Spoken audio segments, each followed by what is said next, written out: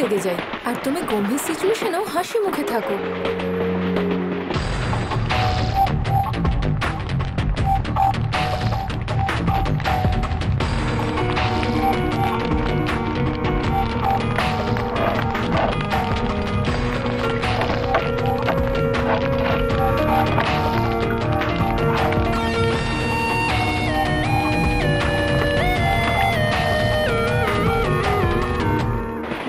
যখন কেউ আইনের বিরুদ্ধাচরণ করে আমার ভীষণ রাগ হয়, কিন্তু এই সমস্ত ব্যাপারে তোমার মনে হয় কিছুই যায় আসে না।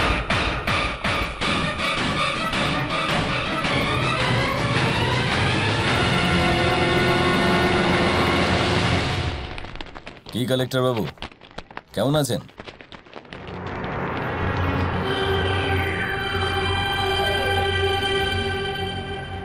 শুধু কালেক্টর বলবেন না, 16 বছরের চাকরি জীবনে 23 বার ট্রান্সফার হওয়া কালেক্টর বলুন আমাকে।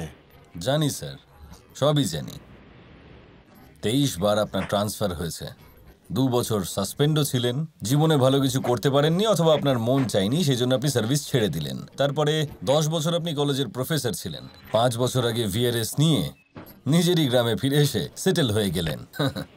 আপনার স্টুডেন্ট সত্যপ্রসাদ, যে আলাদা আলাদা জায়গায় গিয়ে রাজনেতাদেরকে খুন করেছে, তাকে আপনি বাড়িতে থাকার জায়গা দিলেন। এই সব কিছু আমি জানি।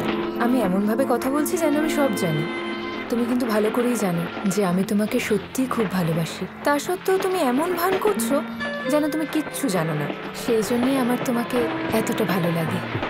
ঠিক আছে, এখন যা যা বললে সব ভুল বেরোলে তারপরেও ভালোবাসবে? আইএএস অফিসার হওয়ার পর আপনি কলেজের প্রফেসরও ছিলেন, তা সত্ত্বেও আপনি একজন খুনিকে নিজের ঘরে জায়গা দিলেন। আপনার কি একটু লজ্জা করলো না? No, not at all. 24 বছরের একটা যুবককে খুনি তৈরি করার সমাজের লজ্জা পাওয়া উচিত, আর সেই রাজনীতিবিদদের লজ্জা পাওয়া উচিত যাদের জন্যে ও আজ খুনি। ওর ভয়ে ইলেকশন পিছিয়ে দেওয়ার সরকারের লজ্জা পাওয়া উচিত, আর ওকে ধরতে ব্যর্থ পুলিশ ফোর্স মানে আপনাদের লজ্জা পাওয়া উচিত, আমার নয়। আমি আজ খুব গর্বিত। আমার সমস্ত ছাত্রের মধ্যে সেরা ছাত্র কে জানেন?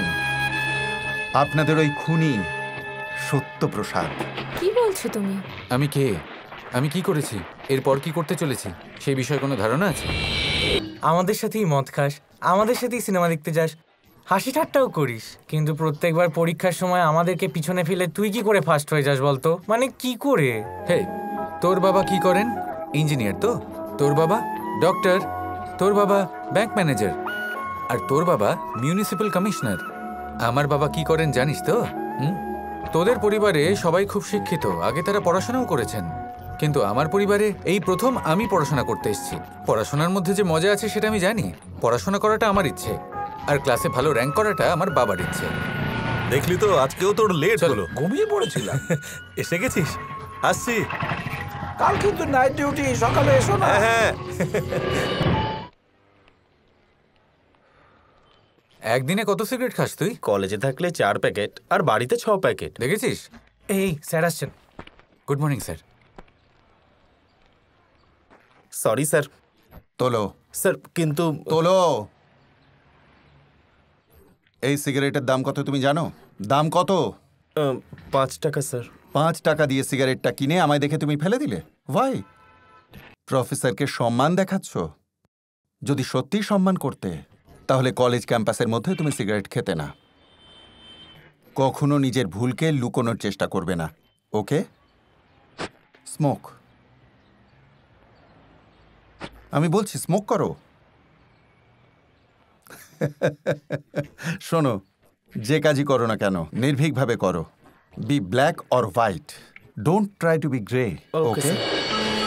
ভাই দেখ, কলেজের ম্যাগাজিনে আমার কবিতা বেরিয়েছে, পিতাই ধর্ম, পিতাই কর্ম, পিতাই সর্বসুখ। শোন, এটা তুই কবিতা বললি নাকি মন্ত্রপাঠ করলি?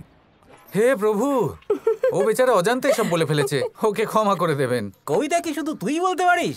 আমিও বলতে পারি। যায় হেঁটে ভূত, পায় জুতো, ভূত হেঁটে যায়, জুতো পায়। এটা কেমন লাগলো?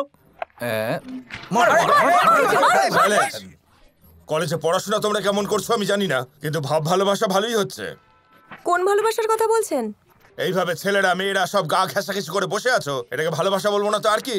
আমরা সবাই মিলে এখানে গল্প করছি, এটা ফ্রেন্ডশিপ, ভালোবাসা নয়। ফ্রেন্ডশিপের নাম দিচ্ছ? এটা তো তোমাদের দোষ থাকতে একটা অজুহাত মাত্র। ও গড, আপনি ফ্রেন্ডশিপের মানেই জানেন না। কারণ ইন্টারনেটে ব্লু ফিল্ম দেখে দেখে আপনাদের মাথাটাই খারাপ হয়ে গেছে। ব্লু ফিল্ম শুনেই মুখ বেঁকিয়ে দিলেন। আপনার কোনো ধারণাই নেই যে কথা কাউকে বলা যায় না সেগুলো ফ্রেন্ডদের বলা যায়। বন্ধুদের সাথে হেসে হেসে কথা বলাটা কোনো অন্যায় নয়।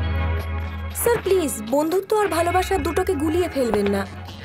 ওকে ওকে ওকে স্যার, ওরা কিন্তু ঠিকই বলেছে। আপনি অ্যাডভাইস দেওয়ার ছলে ওদের বিপদগামী করবেন না।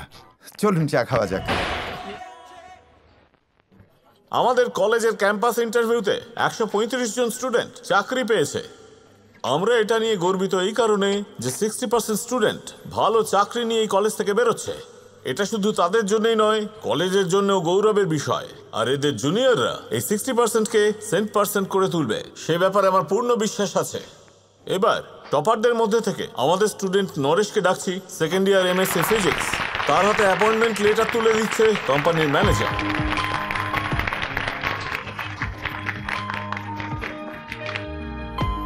তোমাদের কলেজ শেষ হওয়ার পরে এইভাবেই তোমরাও ক্যাম্পাস ইন্টারভিউর মাধ্যমে একটা চাকরি পেয়ে যাবে, অনেক টাকা রোজগার করবে, বিয়ে করবে, 5 স্টার হোটেলে গিয়ে খাবে, দামি গাড়িতে ঘুরবে, আবার হয়তো ফরেন ট্রিপও করবে। তারপর সন্তান হবে, তাদের বড় করবে, এইভাবে তোমাদের জীবন এগোবে। কিন্তু তোমরা কি কখনো সাধারণ মানুষের সঙ্গে, অথবা যে সমস্ত মানুষগুলো দারিদ্র্য সীমার নিচে রয়েছে তাদের সাথে সম্পর্ক রাখবে? তারা কেন ক্ষেপে ওঠে, কেন দুঃখ পায়, কেন আন্দোলন করে, তোমরা কখনো খোঁজ নেবে? At least have you thought about it? Operational research, তাতে সিকোয়েন্সিং প্রবলেমস, যারা ব্যাংক কাউন্টারে লাইন দিয়ে দাঁড়িয়ে থাকে তাদের বিষয়ে, যারা এয়ারপোর্টে লাইন দিয়ে দাঁড়িয়ে থাকে তাদের বিষয়ে আমরা অনেক রিসার্চ করি, তাই তো? কিন্তু 5 বছরে একদিন যারা ইলেকশন বুথের লাইন দিয়ে দাঁড়িয়ে থাকে তাদের নিয়ে কখনো ভেবেছ?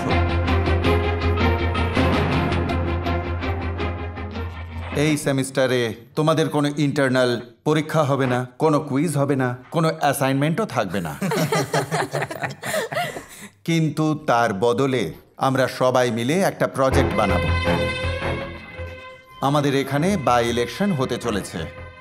সেই ইলেকশনের ওপিনিয়ন পোল করো, সাধারণ মানুষের সঙ্গে দেখা করো, তারা কি পছন্দ করে, কি করে না, তারা কি চাইছে, কোন পার্টিকে সমর্থন করছে আর কাকে ভোট দিতে চাইছে। এর ভিত্তিতে আমরা এখানে কোন পার্টি রাজত্ব করবে সেটা বুঝতে পারবো। This will be the project.